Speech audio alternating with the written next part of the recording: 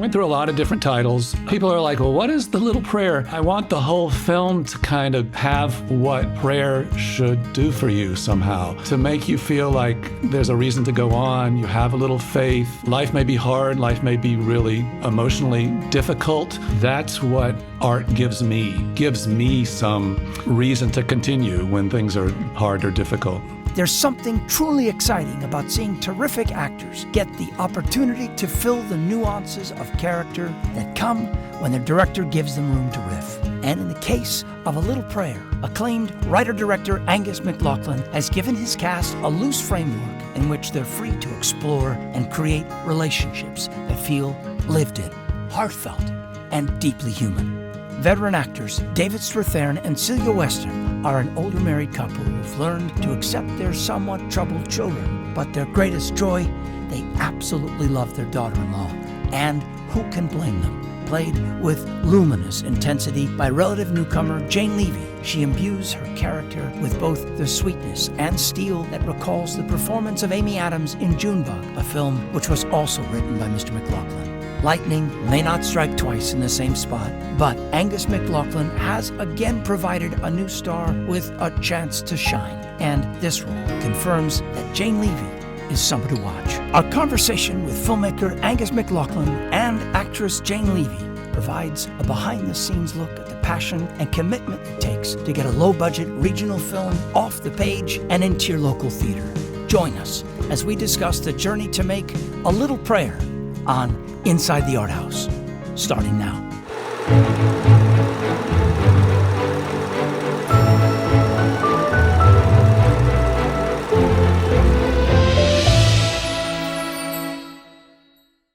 Hi, my name's Greg Lemley. And I'm Raphael Sparge. And welcome to today's episode of Inside the Arthouse. Today we're joined by Angus MacLachlan and Jane Levy, and they're here to talk about their film, which is going to be coming out to theater soon, A Little Prayer. Thank you both for being here. I love this movie. Angus, I understand that you were an actor, that you were writing your own monologues for yourself, as it were, for auditions, et cetera, and that you kind of really evolved your writing from there. What's so knockout about this movie, it's as much what you say as what you don't say. What's so interesting to me anyway is how your restraint as an actor, your restraint as a writer, and how you trust your actors, how you really, in a certain sense, allow them to take stage and allow nothing to happen and yet everything to happen.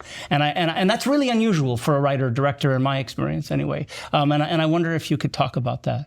Sure, yeah, I was an actor for a long time, and because I was an actor, I try to write with a lot of subtext. And in fact, I was a playwright before I became a filmmaker, and I sometimes would have people not believe that anything was there, but whenever I had really good actors, particularly like Jane and the rest of the cast, they understand it because I feel like I understand it from the inside. And I'll speak about Jane because I like to. The thing that I needed for her character was an actor who really had a really deep interior life, because she doesn't really speak that much. Right. And you see her alone, you see her thinking, you see her ruminating and deciding things. And so I often say there's a lot of great movies made with non-actors. There's a lot of them, but I really love actors because they can hold more than one thing at a time. All of my actors, I struck gold with them, all have that quality. So thank you for recognizing that.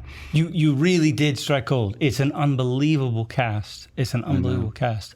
Jane, did you when you read the... Yeah, I was going to ask about reading the script and whether that quality came through and said, okay, I see how I can add to this role, not somebody's more than just on the page. Yeah, absolutely. And what you opened this conversation with was very on point when it comes to Angus. I too, when I read the script, was struck by what wasn't said or what scenes were left out.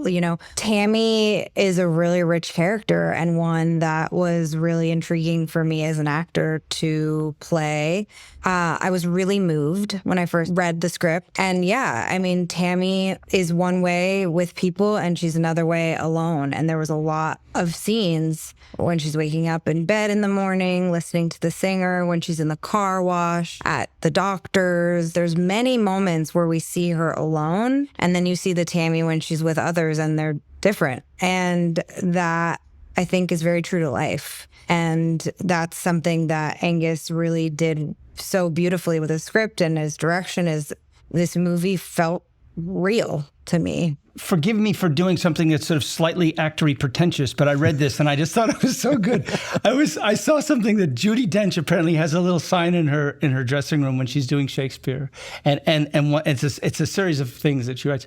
But one of the things she writes on it, which she wrote, "You don't have to carry the message; the play does the work." It gave me chills when I read it, and I thought about it as relates to this as well, because when those moments, those quiet moments, Jane, when you had and David as well, there's no sense of kind of like doing this with your elbow. I mean, we know how you feel. You're not telling us, and again, but it's all there. Totally, absolutely. I mean, that's in the writing. Like, yes, Judi Dench is correct when the playwright is good. Right.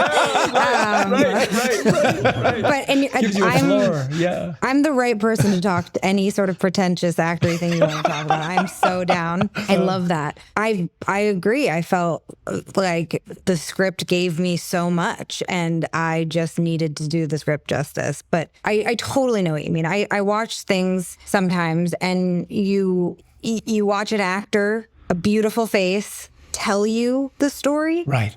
Or you can watch an actor experience. And then I feel like when you watch an actor experience, you as an audience experience. I don't know, sometimes it's like a different tone and it works for a different reason. But I personally love being transcended. And I think that can happen when actors trust the good material. And Angus is a brilliant writer. And I would say, as the director, too, I'll throw out a pretentious allusion, that Jean Renoir said that he didn't feel that the camera should be an observer, but a witness, which I understand as to be with the characters, not just objectively looking at the characters. And it's the way I decided to shoot the film. Time constraints made us not have we shot it in 19 days. And wow. So we didn't have a lot of setups and we didn't have a lot of takes. And I had this great director of photography, Scott Miller, and there's a lot of oneers. There's a lot of scenes that's just one shot, because I love to watch the behavior of actors. But in terms of even the closeness or the camera movement, I wanted the sense of you are witnessing with these people. I don't really want to give much away, but there's a scene with Jane that's just on her face where the camera goes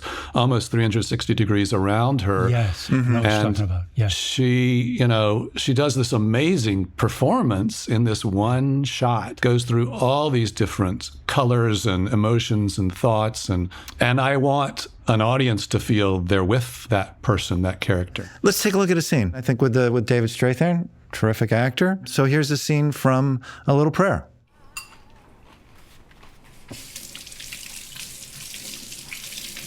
I've never laid eyes on her. Have you? No.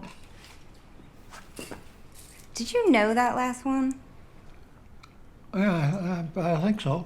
No, I did. These times I do miss us going to church. The singing. In Kentucky? Back in the holler? How do you say it? Holler. I love that. That's right.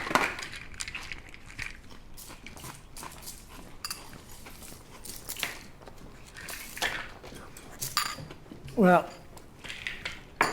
I don't miss singing the hymns myself, but I do like the Christmas carols.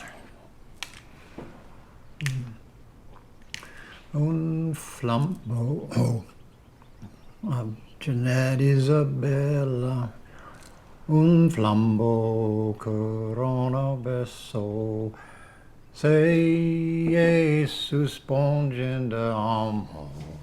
Le Christine Maria Pella, quella mere bella,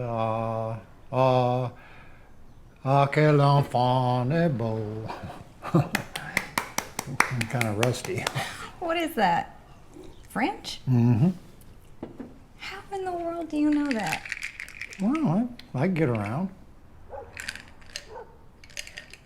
You want me to teach it to you? Oh. I couldn't speak French. Tammy, you could do pretty much anything you put in your mind to. Oh, I don't think so. What?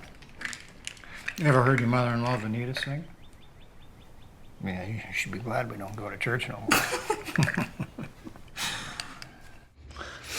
Beautiful. So beautiful. I have to tell you a story. So I come in from New York and stay with friends here in LA who let me camp out and they're actors and I told them about your film and I told them about I said it's David Strathairn, and this actress friend of mine said, "Oh, David Strathairn, he's that actor who can never lie. There's just something about him. It's just he's always telling the truth." And I watched that scene, and I just woo! And he as a person is everything you imagine him to be. He's just the greatest. He's the greatest. So available. And when I approached him to do this film, I talked to, I think, his agent. And his agent said, it's a tiny little film and we're going to shoot it very quickly. And, there's not a lot of money and blah, blah, blah. And his agent said, no project is too small or too arty for David. But I have to say, too, we didn't. I was mostly a theater actor and then a playwright, and when I became a director, one of the shocking things was the lack of any rehearsrsal time, unless I guess you're Sidney Lumet. We had one day where we got together and the main actors and read the script, but these people had one day. I was going to ask you because really one day. One day, Holy and shit. They had to create a lifetime of relationships, and they just did. To me, it's always if the other actor is going to hook in and play with you, and everybody has that quality where they just were all playing together, which was fantastic. Well, it's a family, so in some cases, I guess you almost don't want them to play well together. Well, play well together and understanding the relationship. Play as the actors play. Knowing where the tension is, knowing where the history is. Like Anna Camp's character, who has clearly a history in the family that's not as smooth as other people. Yes. Yeah. And they all have this sense. The parents, played by Celia Weston and David, are like, we've been through this for the last 35 years with this child. We know what she's saying and why she's saying it. The only word is chemistry. It's really magic between you and David. What was that like? Yeah, people say this to me after they watch the movie, and I'm very glad that they felt that our relationship was so real. The scene on the bench was like the second week of knowing each other. I think it was the fourth day. Fourth day of shooting. So we really didn't know each other at all. It's kind of why I get annoyed as an actor when you have to do chemistry reads or, you have to talk about your backstory with the other actors. Listen, again, I love acting and I'm a huge acting nerd and I love to do a lot of work and to talk, but at the same time, I'm like, it's acting. We have good chemistry, I guess, because we're both willing to do our jobs. That being said, David is the kindest, most thoughtful person, truly. I would say the kindest actor I've ever worked with. So it's not hard to open your heart to someone like him. But yeah, we didn't do much work to be able to create our history together. Privately, I think we did. But again, Angus's wonderful script, us loving these characters, and maybe we do have good chemistry, and that was just luck, or Angus's genius casting. I don't know. It was some combination of both, right? Well, and on-set mannerism, and also maybe at some level the simplicity, not simplicity, but the economy of means employed with camera movement. When you don't have to sit there waiting for lighting and this and that and everything to be we can just 19 days is fast. Let's roll the camera, Let's do it, and let it happen. And I have to say, too, that I was an actor for a long time, and then I was a playwright, and then I directed in the theater. And then, the first feature that I wrote was Junebug, directed by Phil Morrison. And what I really saw and learned from him is that you can get really good performances from people without being an asshole. And I've always thought, fish stinks from the head. And I know how vulnerable it is to act. So I want to have a set where people feel valued, not just the actors, but the crew. And I'll just say one little thing. I have a terrible memory for names, but when I direct, I can remember everybody's name for the 19 days that we're shooting. And then it goes away. But it's something very important for me to feel like everybody is valued, important. The hierarchy on film sets is often ridiculous, particularly with the actors, that they feel safe. And I was always saying, the lighting is great. Let's go ahead. It's like the acting to me is what's the most important thing. When you were working with David, just in terms of, again, he also has there's that whole sequence, sort of the middle of the film, where he's processing the information that he receives, and again, he's also kind of alone or in a scene with someone in his own reverie, as it were. What did you whisper in his ear, I guess, before his takes, or what? I've thought back, and I can't quite remember if I said give him a damn note. Mostly what I say to actors is we talk, of course, before we shoot, and I say, this is what I imagine is the backstory. If it doesn't correspond to something you think, throw it out. It's your character. And, I spoke to David quite a bit, but he has this quality that I had never quite completely experienced before in the same way with the 3 films that I've directed, where particularly there's a scene where, near the end of the film, where he goes to confront Dasha Polanka's character, Narcidalia. We set it up and I watched him shoot it, and it was terrific. I thought it was great. I was great. But then when I went in to the editing, I saw all these other things that I couldn't really see when I was in the room with him. In the heat of the day, right.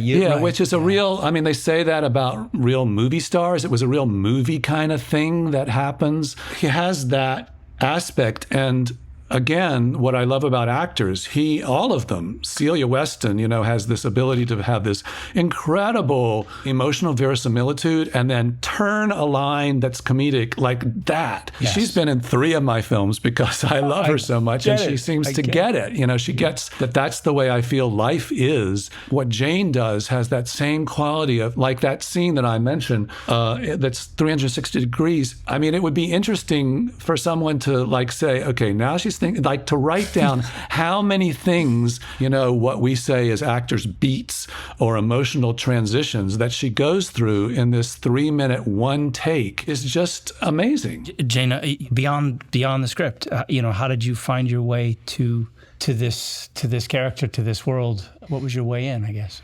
I did interview some military wives because I don't know any in my personal life. I'm from Marin County. I live in Los Angeles. I've lived in New York. It's not really a part of my world. I talked a lot about being alone for many years while your husband's overseas, talked about people who had children alone, just the commitment you make to your family when your husband is in the military.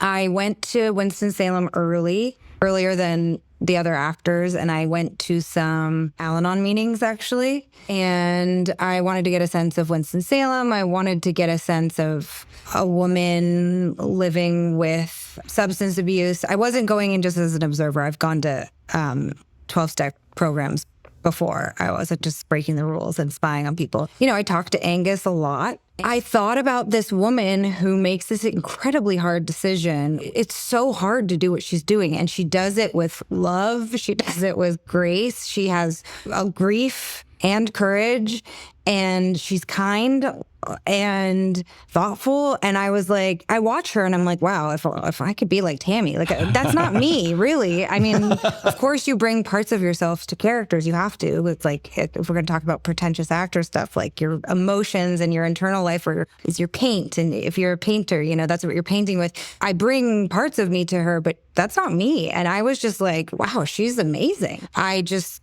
was impressed by her. Yeah, I mean, really. there's. I mean, what's so striking about your performance is, I mean, there are many things striking about your performance, but what you just spoke about is just that there's such clarity in it. There's no victim in it. You know, there's no I don't know, there's no anger in it. Well, it's an amazingly giving person, and yet reaches a point where she says, I need to take care of myself too, I guess. And that's kind of understanding they're both okay. Yeah, and I think that's what was so moving to me about Angus's script is just simply saying goodbye. It's like, it makes me want to cry now, but like, we've all had to say goodbye to various things, people, relationships, you know, and there's profound loss in it, and it's also like so beautiful. Angus, was there something that was there an article you read? Was there a conversation you had, or I don't know, something that came across your desk that sparked this as an idea? No, you know, things come in so many different ways, in, you know, things that you experience, things that you've read or seen, or people that you know. I have often said about this film that it's taken me 9 years to get it out. So I started it when my daughter was 15 and she's now 24. So I realize in retrospect that I was dealing with a project that was letting go of your children, that you have to see them grow up and you have to let them go. And you still want to protect them and you still want to tell them what to do, and you can't. And how painful that is, or just the situation of that. When David says that your children, they will break your heart, it was really, it was a knockout. Well, in this case, not letting go of your children, but letting go of someone who has become part of your family and someone you love deeply, you know, and yet you need to let them go. Exactly. When you love someone, you want to be around them, but when you realize that that's not for their highest good, if you really love them, you have to overcome your own desire and think about what's best for them, and it may sometimes be letting go. You know, I was saying before, I am a new mother. I have a 9-month-old son. And when he was 2 weeks old, my husband looked at me and said, how are we going to convince him to let us live with him? Right. And he was like serious. And I thought, wow, you're already talking about 25 years from now. Trust me, 25 years from now, you're going to want to know how to get him out of the house. Okay. My wife tells a similar story of, we had a bassinet that was by the bed when our daughter was first born. And then I said, it's time for her to go into her own room. And she was like, no. And I said, no, I cut that umbilical cord. So I know that there actually is a separation. You know, as an actor, when I've gotten scripts from writers who want to direct it, I sometimes get, I'm cautious. I guess I want to say I'm cautious about that, because I sometimes what I have experienced is that the director comes in to kind of hammer the writing, as it were, being the same person, right? As opposed to allowing, you know, understanding that they're two different jobs, and one is to interpret, one is to mint it, and the other is to interpret it, and for you to be able to do both, you give them space, and you're not somehow feeling like you have to hit the message. I just find that really remarkable that you can differentiate that. Well, you might ask Jane if that's her experience. It definitely was. But, you know, it's interesting you say that, because I've worked with the opposite. Yes. But I actually kind of liked it. Because I realized there was such a tone that I wasn't fully understanding. And like, I won't say who it is, but I think this guy is really talented and I really trust him. So there's that. But he would give me line readings that I found to be really helpful. Right. I was like, oh, of course. Yes, I'll do it like that. And it wasn't all the time, but I guess I absolutely felt like Angus gave me lots of space, but also a lot of specificity. I have to say, I had a wonderful casting director, Mark Bennett, who brought Jane to me. Yeah. And because I'm an actor, I don't really like auditions. I don't feel like if I see your work, I don't need to have you prove that you can act. I usually speak to the person and then see if they seem to understand the text. But I cast Jane, and then they sent me clips from Zoe's Extraordinary Playlist, the TV show that she had, and I was like, oh my God, she is so talented because she can sing and dance and be physically funny. I mean, I think she's a physical comedian. I was like the opposite of buyer's remorse. It was like, wow, do I have You lucked a out. gem? Yeah, and I have to say about her thing saying, I can understand you saying that you like line readings, because we had such a short time, and that scene that we just saw was this morning ritual.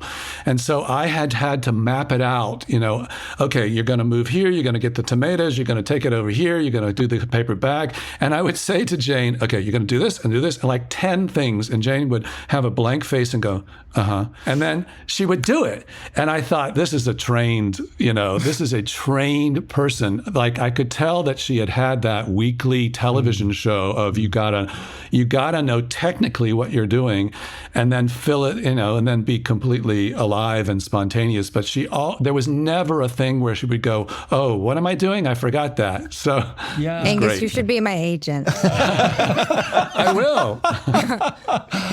You are, Angus, what every actor wants, is a director who can trust the actor and also appreciate what it's like to be on that side, and then to collaborate. That's a wonderful thing. Absolutely. Throughout a large part of the film, there's someone in the neighborhood singing, and obviously we never meet this person. We kind of, it wakes everyone up, and there's some, search, and the title, A Little Prayer. And I wonder if you could talk about, what, if there's a connection, what the connection is, and or what A Little Prayer means to you.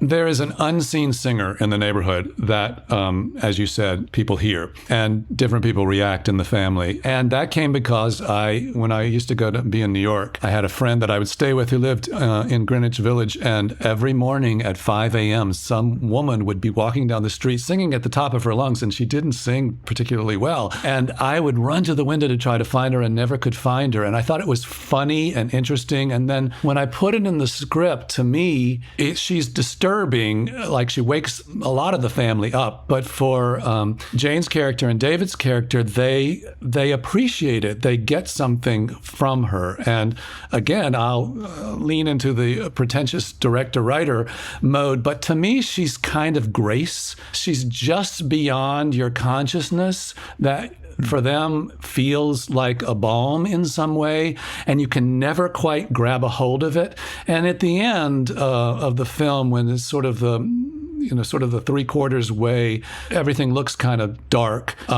And there's these shots of the neighborhood, and there's orchestral music that you hear on the soundtrack, and then it cuts out. And it's when you normally would hear this woman, and you don't hear it, because my intention is that the two main characters have lost that little bit of a connection there until they come back together at the very, very end of the film. So that was my idea. That's lovely, particularly because it's Southern. It felt very Tennessee Williams. I could definitely see or hear someone doing that in a Tennessee Williams play. But the title, A Little Prayer? Well, I went through a lot of different titles. People are like, well, what is the little prayer? I think it's something I say a lot. Like if something's like, I'm really worried about it, I say, well, say a little prayer. To me, it's connected to close to the point I was talking about just a second ago. And you see the mother character played by Celia Weston, and her husband is out very late, and she, waits for him, and then she goes outside, and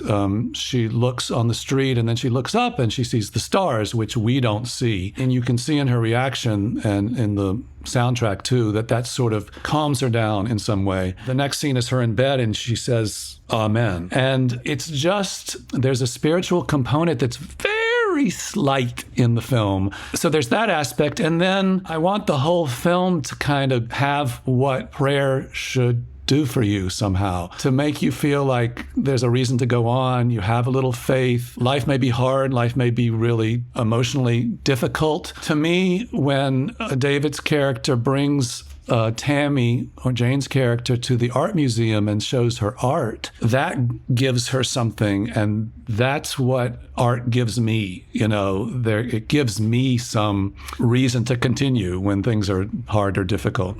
The film premiered at Sundance in 2023, correct? And Yes. and was acquired for distribution at that time, and then for whatever reason was not released. Talk about the feeling of relief when it was acquired by Music Box Films and is now finally going to be put out into theaters. Incredible relief. Incredible relief. Yeah, things didn't work out for a number of reasons. You know, we encountered the actors and writers strike, so actors could not do publicity, even for a film that they had finished. And then there was just like delays because they didn't know exactly how to deal with that, and there was other things. So when that deal didn't work out, I was like, "Ooh, what's going to happen?" I talked to a lot of my friends in the business who said, "Oh, you'll never get a distributor because it's been this much time, and also it's such a difficult time in the film world, not just the indie film world." When I approached Brian Andreotti at Music Box Films, he said, "I was just thinking of your film and wondering what happened to it." Oh my God, really? Yeah. That's unbelievable. It really was. That's unbelievable. It really was unbelievable. And I love them. They're, in Chicago, they're a smaller company. They're such great taste.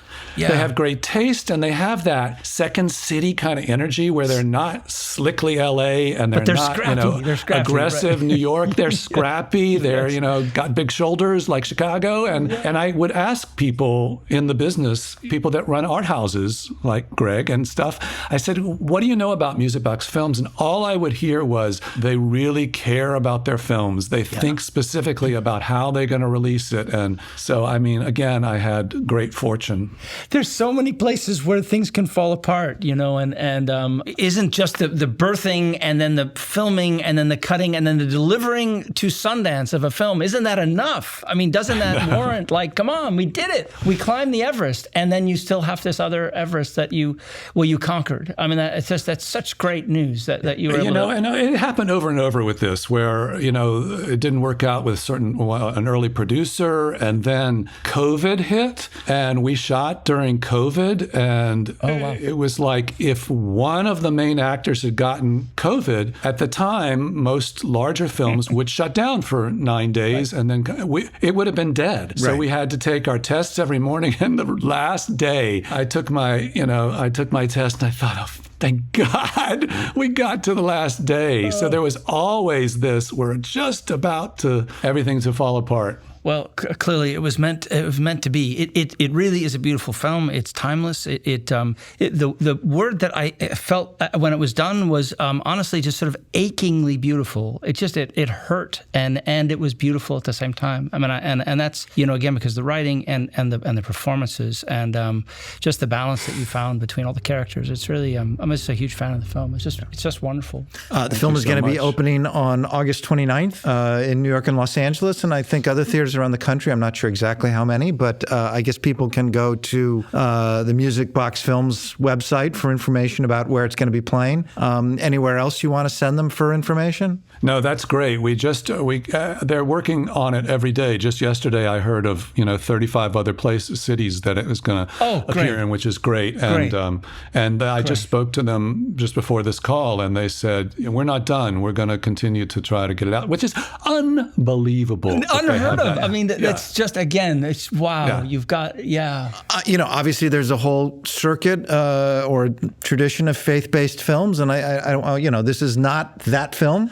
Definitely not that film in a lot of respects, but it is a film that I think, for people that want to talk about spirituality and what that means in their lives and in their relationships and how those things become religious in a way. And I often say I don't think of myself as a political filmmaker, but there's a lot of issues in this film that can be extrapolated of a woman's right to choose, PTSD, substance abuse, adultery. There's just a lot of things, and my intention is that it's all so different when it comes home to roost in your family. When these issues that are hot button issues and argued, when it happens to someone that you love, it's different. And that's what I want to express in this kind of storytelling. And Jane, how incredible is this role? To have found this, or for her to have found you, as it were. I just got hit with an overwhelming sense of gratitude when you said what you said about achingly beautiful. I just thought, wow, I'm so lucky that I get to make art, and then I make art that is good enough that people want to discuss it at length like this with people that are as smart and as interesting as all of you and who are as creative as all of you are in this conversation. I just am like, this is it. This is so great. And when we were in the limbo of having premiered at Sundance, and then it's been 3 years that it'll come out. 2.5, yeah. The thing that I was felt most guilty about was Jane, because people need to see this quality of performance from her. Because I don't know if you've ever had this kind of, I don't know if you've ever done it. I mean, you have a great career, but that's what I felt like, the onus of like, people need to see Jane's performance. Yeah, no, That's very it's sweet. great. It's great work. It's really great work. Yeah. So again, the film is A Little Prayer. It's going to be opening on August 29th at theaters across the country.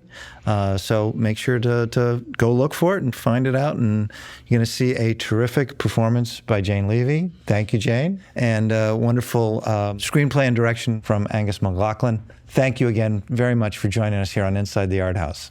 Thanks for coming. Thanks for this beautiful film. Thank you. Thank you. If you enjoyed today's show, please consider subscribing, like the show, and share it so that your friends can discover this wonderful film. Come back for more. Thank you both. Thanks both. Our show was produced by Raphael Sparge with on-site producer Noreen Dickerson. Supervising producers are Thomas Cassetta and Miles McCreary. Our show was edited by Gabriel Emley and sound mixed by Thomas Cassetta. Our musical theme was composed by Isabel Engman and Gerardo Garcia Jr. Marketing by Gabriel Emley. Show graphics by Jenna DeAngelis. Additional marketing and web design by Stephanie Peters. Filmed at the historic Laemmle Royal Theater in Los Angeles, California. See you next time on Inside the Arthouse. If you liked today's show, please consider subscribing to our channel to learn more on Inside the Arthouse.